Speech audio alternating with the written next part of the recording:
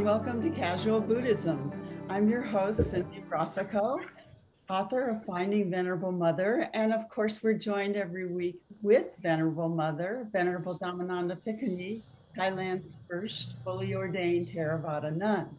And this week we have my friend Wendy back, and I'll just say a couple of words about Wendy. Wendy is a retired psychotherapist who had the privilege of working with hospice patients and their families during the transition from life to death, as well as, and this is also very interesting, people who had committed crimes and those impacted by the crimes. She worked in restorative justice community process.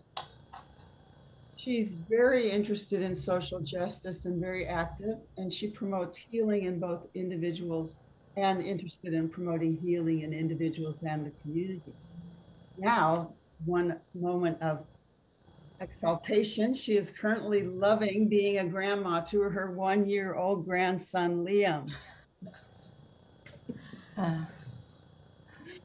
So Wendy, welcome back. Thank you. Thank you. Wendy, congratulating you for being grandma. Wendy, I am a great grandma. Oh my gosh. Wow. Amazing. That's wonderful. Oh, life continues, it confirms that lives continue. Yes. I think that's one of the wonderful things about it, is it's a real affirmation of life. Yes. Yes, and the Chinese, particularly the Chinese tradition, when you get to 60 and you celebrate your birthday and you see your children, your grandchildren, that is a kind of what you call it auspicious, very auspicious for the Chinese. Yeah. Mm-hmm. And Wendy, I have to say, I read a little bit of your background, and I'm particularly interested to meet you because we are doing more or less the same thing.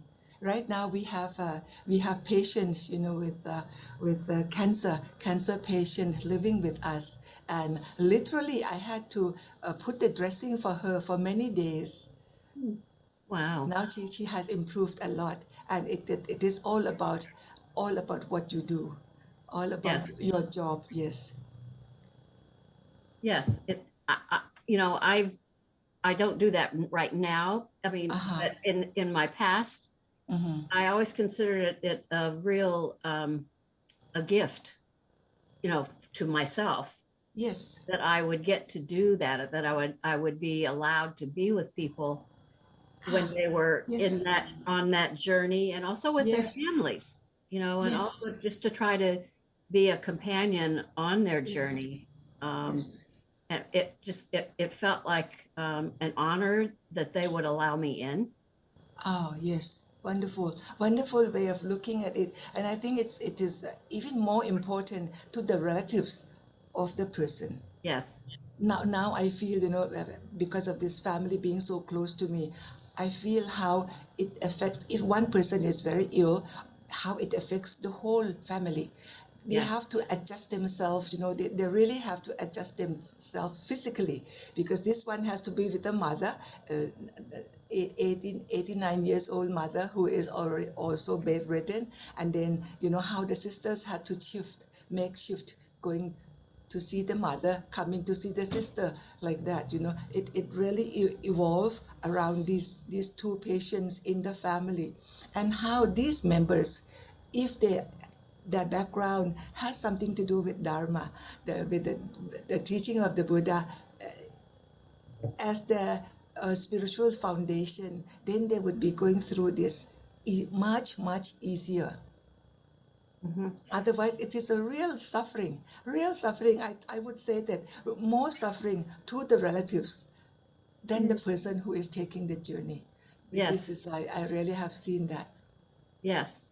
Well, it's interesting that we started out talking about this, because what's really been on my mind lately is the 5 remembrances. I'm taking for the second year a class called A Year to Live through Spirit Rock, and it's been very profound for me.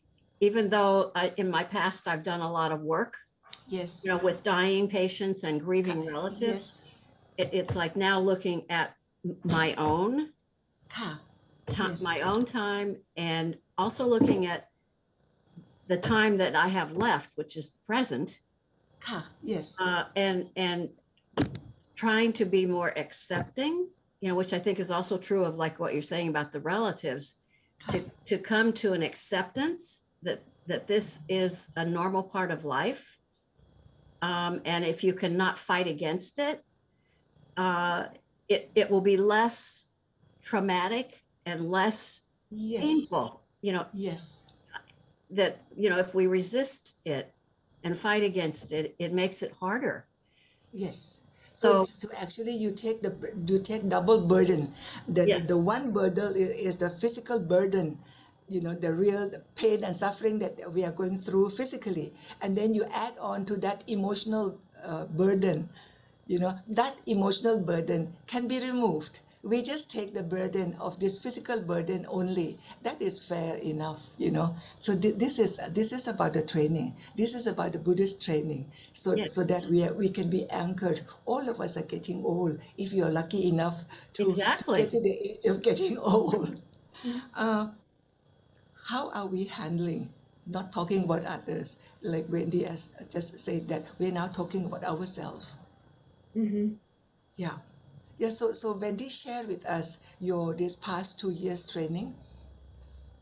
I think because of doing this for the last almost 2 years, I feel more accepting, and I feel more grounded in the reality of, I am of the nature to grow old. There is no escape. I cannot escape growing old. I am of the nature to have ill health. I cannot escape having ill health. I am of the nature to die. I cannot escape death. And then the other two are about, they're more complicated. I can't say them off the top of my head, but I was just reading them. But for me, that has been profoundly healing for me.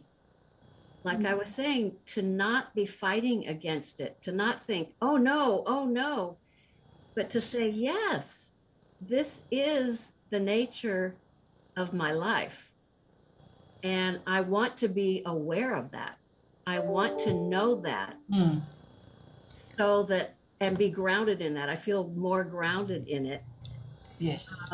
Which helps me, not all the time, but helps me feel more present in life now. It's like I can't be fooling around and wasting as much time as I may, because this is it.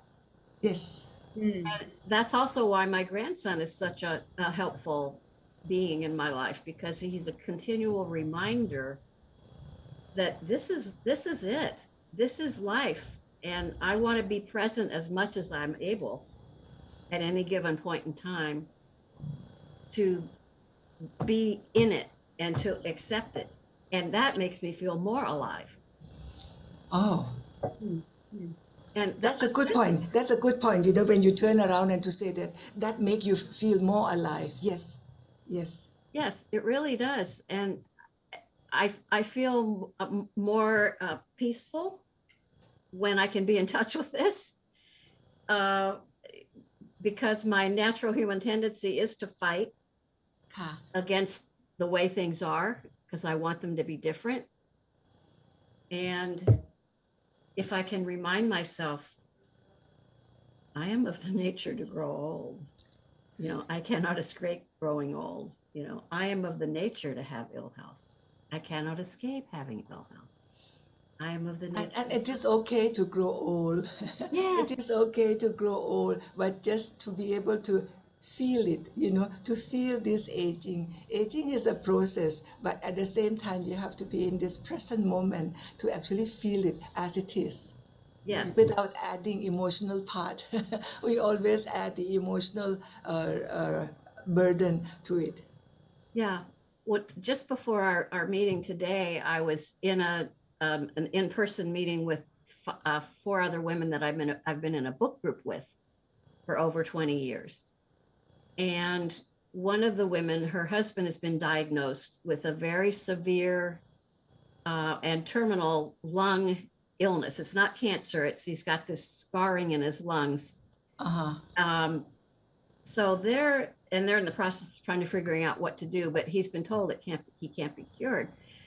And being with these women that I have known and loved for over 20 years, and knowing also this woman's husband, I found myself feeling this sort of exquisite, bittersweet pain, because they were going to be going through this, that they were facing this together, and that all of us would be facing that. Sometimes we have warning and sometimes we don't. And I just found myself, I just wanted to weep. And not even because I was sad, but it was just this, it's just so moving that is what we all will be experiencing at some point. Yeah. It's part of our journey. 2 nights ago, I went to attend a funeral of a very close, not friend. She is older than me, but it is like a family, how to say, my mother was her grandmother's friend, like that, long line of knowing each other's family for more than almost 100 years. And yesterday, as I was sitting next to her, she was so happy to see me, and she is 94 years old. She's a doctor herself, and as we talk, I really wanted to bow to her, Now, every time I meet someone older than me, I always wanted to bow to them with the respect that they have been able to live this long life, This long life is to be respected. Yes. Because they have gone through this aging process. In this particular case, beautifully. It's very beautiful. And she has very successful children, all of them are professors, doctors, so and so, And so in a way, she has successful lineage, so to say. But she herself, as a person, sitting there, 94 years old, beautifully. I really, even though she is a lay person, I really wanted to bow to her. This is some experience. I noted myself that for the last few years, where every time when I meet someone older, I always adore, wanted to pay respect to them for living this old life. Oh, that's wonderful. That's wonderful. Mm-hmm. Because at least in our culture, where we live, older people are not really honored and appreciated, and respected, the way that I wish we could. Mm-hmm. When you meet each one of them, if you're close to them, they have stories to tell you. And these stories that they tell us is very valuable in that particular context, in that particular time. But we always say, oh, it's their old story, We never really value them. But if you sit and really listen to them, it is amazing. This old lady, last 2 nights, she was telling me about her engagement ring. Oh. Can you imagine her engagement ring that my mother bought for her? Oh, how wonderful. Then my mother actually was the one who actually checked the diamond, and it was, she remembered exactly 6.98 carat. Wow. That's a big diamond. It is.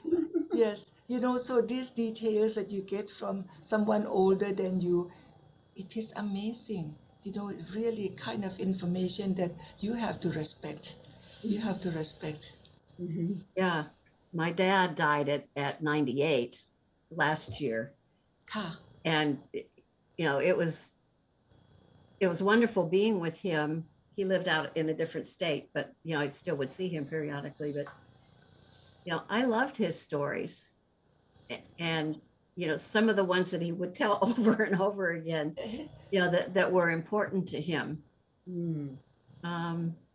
And just to think in that sense, we are also going to be like that, things memorable for our existence now Yes. tend to be something of the past, and you cannot help but to repeat it. Well, it is so beautiful, no? It is beautiful for your experience, so that's why you like to repeat it again and again, hoping that others, the younger generation, would also appreciate. But the younger generation now, they always consider those information to be, oh, she's old, Right, that right. kind of What good attitude. is that? Well, I have found myself really revisiting my life. Just people have come into my life in the last year or so from a long time ago. And recently, I just got reconnected with a woman that I worked with when I was in graduate school in 1974, who was one of my supervisors where I was doing an internship. And I won't go into all the particulars, but we just got reconnected. And I mean, we've been seeing each other in 48 years, and we're now trying to set up a time. But it's just like, wow, 48 years. And it turns out she and I have followed some similar paths in terms of things that we've been interested in. Like we've both been very interested in horses and had horses. We've both been in recovery from various substances, and that's an important part of our life. It's so interesting how that much time could go by. And then there's this reconnection. And my guess is when I see her, it may feel like no time has gone by. Mm. Very interesting. I want to say I've been a little bit quiet, but I'm so moved by this conversation. And Wendy, I just want to say you seem really grounded and very present.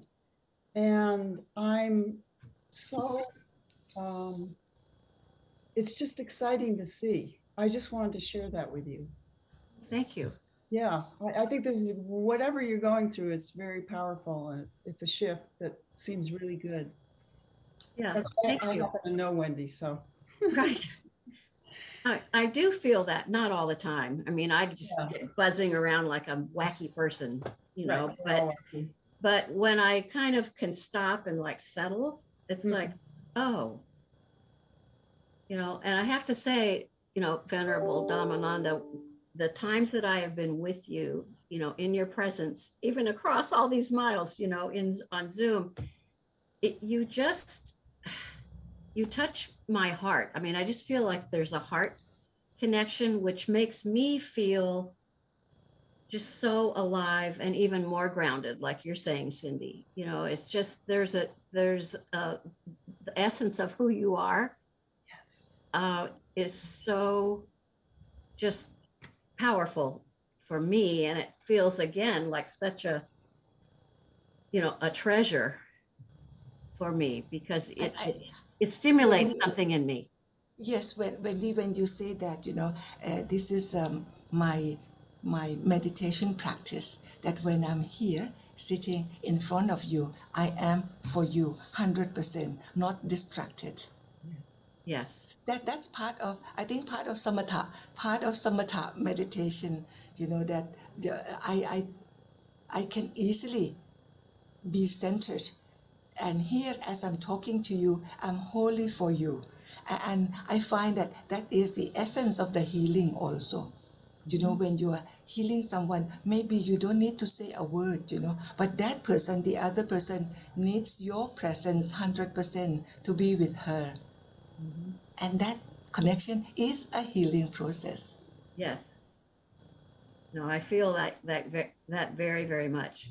So good that we are connected. Cindy, thank you so much for allowing this space to happen for both of us, for both Wendy and myself. Thank you so much. And we will see you again next week. Thank you, Venerable. Thank you, Wendy.